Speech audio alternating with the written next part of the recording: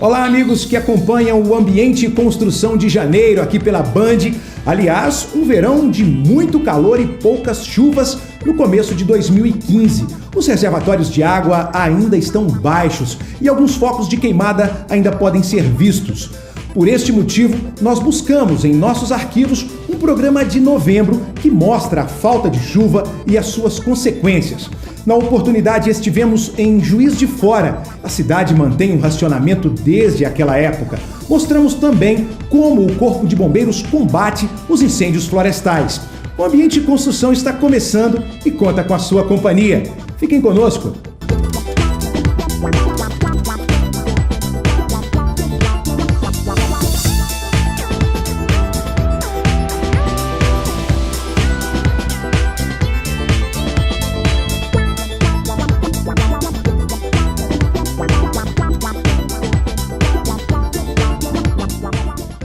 Eu gosto da Docton porque é uma rede que tem várias faculdades, várias unidades no país inteiro. E descobri que ela tinha o centro de engenharia, o que eu sempre quis fazer.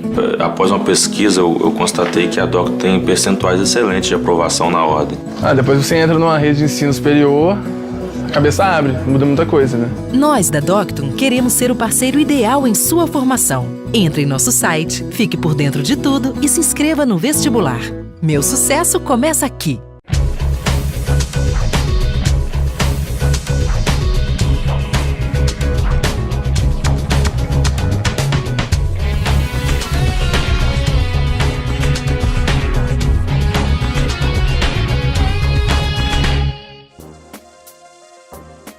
A equipe aqui do Ambiente e Construção traz em pauta hoje o assunto que é manchete em todos os jornais do país: a falta de chuva, o clima quente e seco propício para o surgimento de queimadas, o que leva à escassez de água nos rios e represas, comprometendo o abastecimento de grandes cidades.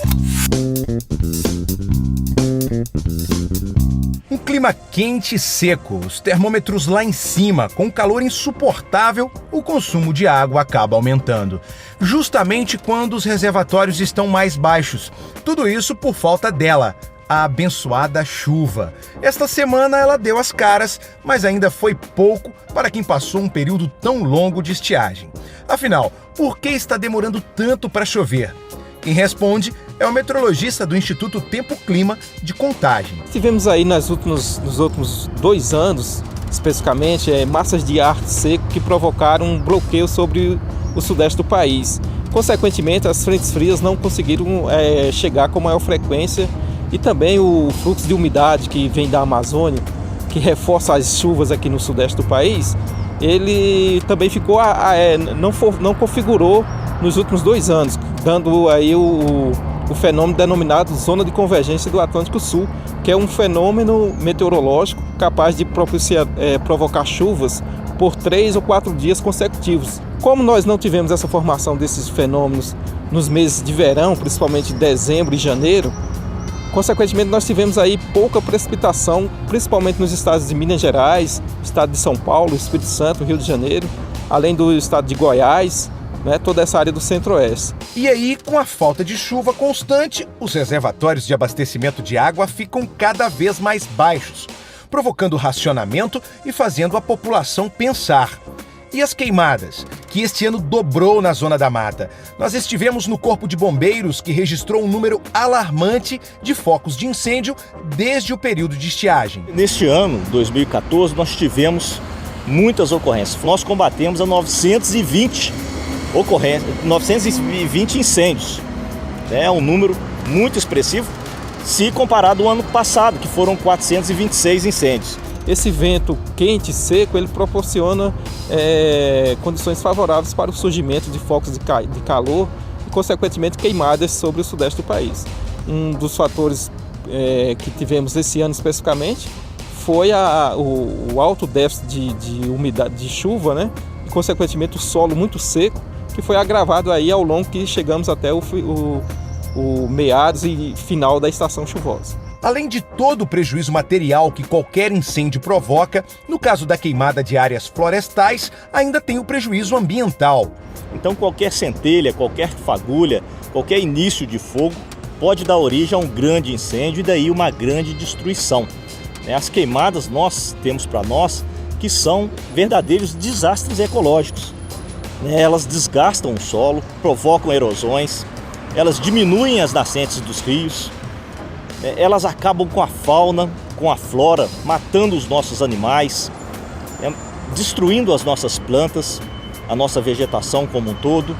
A fumaça dessas queimadas, elas podem provocar acidentes automobilísticos, além do perigo à nossa saúde, interferem na camada de ozônio que protege a terra.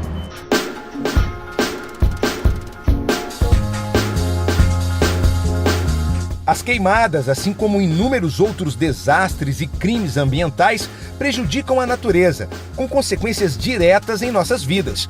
Em Juiz de Fora mesmo, a população sofre com a falta de água. Um dos reservatórios está, assim, completamente vazio, o que vem exigindo investimentos em infraestrutura para que a população não fique sem água.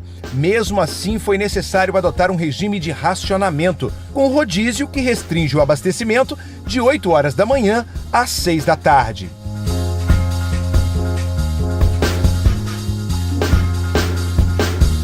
Neste restaurante, os funcionários são orientados a economizar. A água que lava as verduras é reservada e serve para lavar a calçada. E o gelo que descongelou vai para o vaso sanitário. Nesta casa, a máquina de lavar roupas só é ligada quando está completamente cheia. Com medidas como esta, a população economiza água e a companhia de abastecimento pode atender a parte mais alta da cidade. Com o advento do rodízio, a gente está conseguindo suprir toda a região da Cidade Alta com água. É lógico que com a colocação do rodízio em prática, as pessoas começam a ter um consumo mais racional, cada um começa a se conscientizar que a água realmente pode faltar.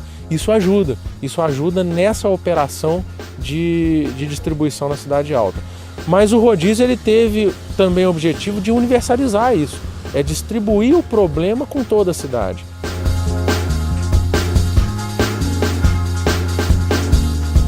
Aqui nós estamos na represa de São Pedro, na Cidade Alta. Essa represa ela é responsável por em torno de 10% do abastecimento de Juiz de Fora. Desse volume, grande parte é para a Cidade Alta e nós estamos vendo que a estiagem fez com que a represa estivesse praticamente seca neste momento. E é por isso que estamos fazendo a subedutora. O que será a subedutora? Nós iremos trazer água do Ribeirão Espírito Santo, de João Penido e de Chapéu d'Uvas até a Cidade Alta, onde estamos concluindo um grande reservatório no bairro Caiçaras, para que a partir do ano que vem nós não vamos mais precisar de utilizar a represa de São Pedro para o abastecimento de água. Para o engenheiro da Cesama, a companhia de abastecimento da cidade, 4 obras são fundamentais para a eficiência no abastecimento de toda a cidade. Vamos ver. A adutora, inaugurada em agosto na reserva de Chapéu d'Uvas. A construção da estação de bombeamento na região norte para dar vazão ao volume produzido. Na sequência, a ampliação da estação de tratamento localizada no Distrito Industrial e a subadutora que vai abastecer São Pedro. Com essas 4 grandes obras, a gente meio que fecha um ciclo. Desde a captação do manancial, que a gente tem um potencial, o transporte até no tratamento, o tratamento propriamente dito e a distribuição. Então a gente fecha esse ciclo. A partir daí vão começar outras ações que começam a ser mais pontuais, ou seja, melhorar a distribuição entre os bairros, criar sistemas redundantes para que a gente possa atuar em situações de contingência. Então já começa a refinar um pouquinho mais o projeto.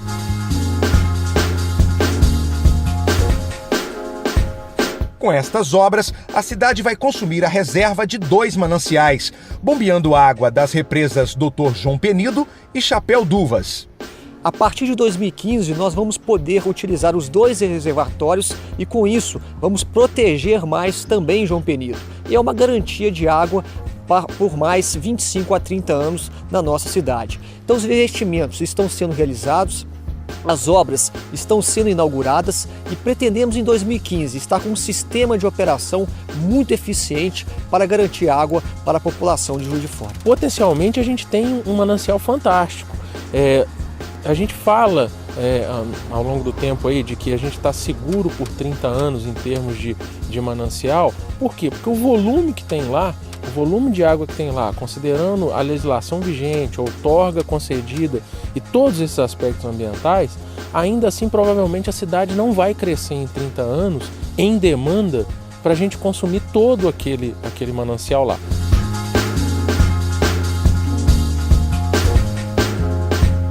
Apesar das obras de infraestrutura que nós mostramos aqui no programa, nós continuamos a depender do clima.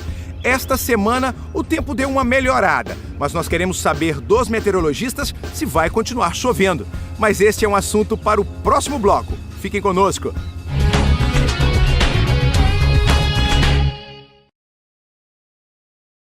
Conheça o Centro de Engenharias Docton Campus Presidente Itamar Franco, o único centro de educação privado especializado no ensino de engenharias da região. Cursos de engenharia ambiental, civil, elétrica, produção e arquitetura. Nosso campus possui infraestrutura completa e diferenciada e a qualidade que você precisa para uma formação superior. Faça-nos uma visita. Estrada do Orione, bairro Dom Bosco, próxima à Faculdade de Medicina da UFJF. Rede de Ensino Docton, transformando vidas. Eu gosto da Docton porque é uma rede que tem várias faculdades, várias unidades no país inteiro. E descobri que ela tinha o centro de engenharia, o que eu sempre quis fazer. Após uma pesquisa, eu constatei que a Docton tem percentuais excelentes de aprovação na ordem. Depois você entra numa rede de ensino superior, a cabeça abre, muda muita coisa, né? Nós da Docton queremos ser o parceiro ideal em sua formação. Entre em nosso site, fique por dentro de tudo e se inscreva no vestibular. Meu sucesso começa aqui. Manhuaçu é uma cidade de economia forte, agricultura desenvolvida e uma educação que se solidifica a cada dia. A rede de ensino Docton está presente na cidade há 11 anos, mas em 2015 esta presença estará ainda mais sólida, com a construção do Centro de Competências Específicas, um projeto moderno com infraestrutura para receber novos cursos e continuar construindo a história de Manhuaçu, com um olhar no futuro, a educação superior. O evento que marcou o lançamento da pedra fundamental da obra recebeu autoridades e a sociedade, que presenciou um momento histórico para o ensino da região.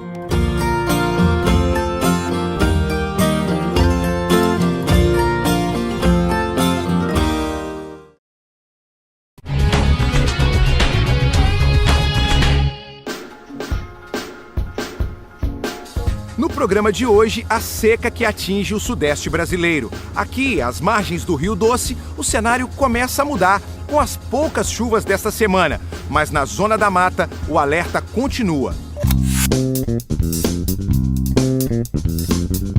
No Centro de Meteorologia da PUC, em Contagem, os especialistas explicam nos mapas como a movimentação de frentes frias, que encontram massas de ar seco, impedem a ocorrência de chuvas por longos períodos. O período agora vai ficar mais propício às chegadas de frentes frias e fluxo de umidade vindo da região amazônica, que aí proporcionarão chuvas mais significativas sobre o sudeste. É um ciclo natural que ocorre, ou seja, a nebulosidade diminui um pouco e com a volta do calor, as pancadas de chuva voltam a ocorrer novamente.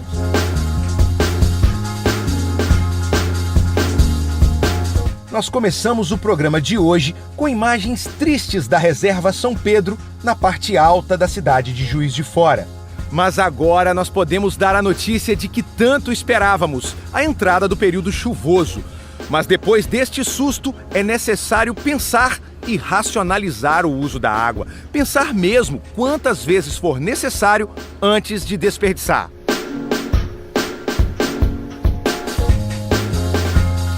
Agora nós vamos abrir espaço aqui no Ambiente e Construção para as notícias que vêm do Conselho Regional de Engenharia e Agronomia do Estado de Minas Gerais. Vamos abrir espaço para a TV CREA Minas.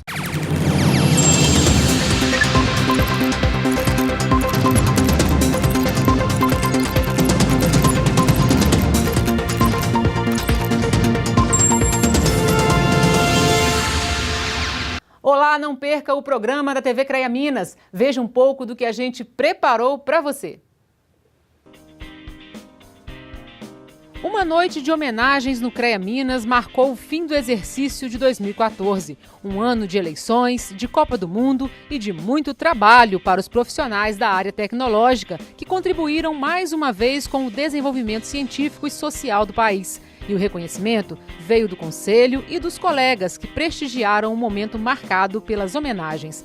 Engenheiros de várias áreas de atuação receberam a Medalha do Mérito. Homenagens também aos profissionais falecidos, com inscrição no Livro do Mérito do Conselho, que contou com a participação emocionada de familiares. Agradeço, em nome de sua família, a diretoria deste Conselho, essa tocante homenagem que nos fala ao coração. Obrigada. O ponto alto da noite foi a entrega da comenda Engenheiro Lourenço Baeta Neves, feita pelo presidente do Conselho, Jobson Andrade, ao presidente do Sindicato da Indústria da Construção Pesada do Estado de Minas Gerais, engenheiro civil Alberto José Salum. A comenda, criada em 2013, homenageia personalidades que se destacam pela doação do conhecimento, tempo e pela dedicação em benefício da sociedade. Ele preside um sindicato que representa as empresas que constroem, que têm construído nossas estradas, que constroem o centro administrativo de Belo Horizonte, por exemplo, as grandes obras, as barragens, geração de energia. E esse setor tem impulsionado também, sobremaneira, Minas Gerais nos últimos anos. Em primeiro lugar, eu tenho que falar que o CREA também está muito bem conduzido. E acho que isso é importante porque nós precisamos de fortalecer o nosso conselho como as outras profissões fortalecem, tipo a OAB, o CRM. E acho que cada vez mais o CREA vem consolidando isso na nossa sociedade. Por outro lado, eu tenho 12 anos de sindicato, venho há 6 anos como presidente, então acaba que a gente consolida uma liderança dentro do setor e eu espero, né, que com essa medalha ela transmita para a população que é uma liderança positiva. A gente, quando resolve mexer numa coisa pública, como é um sindicato, um conselho como o nosso aqui, sempre a gente pode ser julgado, né? Quando a gente é reconhecido, nos traz muita felicidade.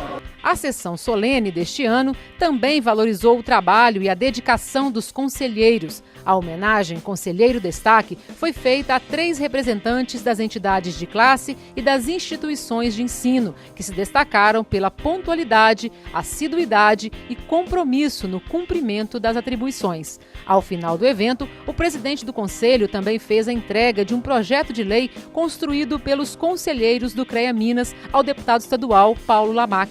O texto sugere uma política de logística reversa no setor automotivo, com relação aos veículos em fim de vida útil, um momento oportuno onde o Conselho reafirmou o compromisso e a preocupação com o desenvolvimento de Minas. E essa aproximação que o CREA de Minas realiza com as diversas esferas de poder, ela só faz melhorar e crescer a potencialidade geral da sociedade brasileira na busca de uma evolução. Então vejo com muito bons olhos e fico orgulhoso, enquanto engenheiro, enquanto mineiro, enquanto agente público. A edição completa você encontra no site tvcreaminas.com.br. A gente se vê, até lá!